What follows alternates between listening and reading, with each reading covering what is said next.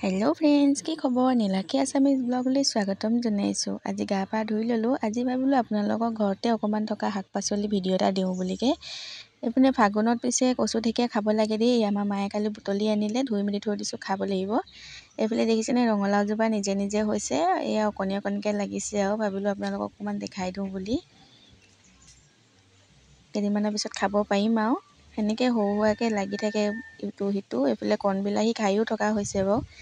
তাকে কেঁচা হৈ আছে, দুটামান পকিলে, খোৱাও হ'ল সেইদিনাখন দাইলত, কচু দাইলত। তাৰপিছতে এইফালে খোৱা লাগি আছে আৰু। বাৰীখন তেনেকৈ বুলিবলৈ ইমান লাগি নাথাকোঁ, বাৰীৰ লগত নিজে নিজে কিছুমান বস্তু হৈ যায়, এনেকৈ খাই থকা হয় আৰু কিছুমান লগায়ো বাৰু দেউতাই।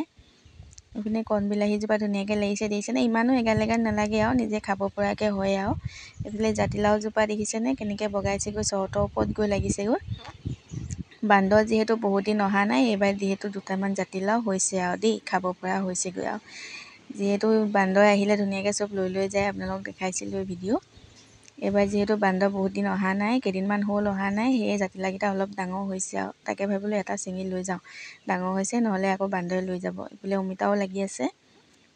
এইফালে অমিতাজোপা ছাইডত কি হয় আপোনালোকে খাই ভাল পায়নে বাৰু? তিতা ফুল। আজিলৈ মোৰ ভিডিঅ'টো ইমানেই। ভিডিঅ'টো ভাল লাগিলে মোৰ চেনেলটো ছাবস্ক্ৰাইব কৰিব।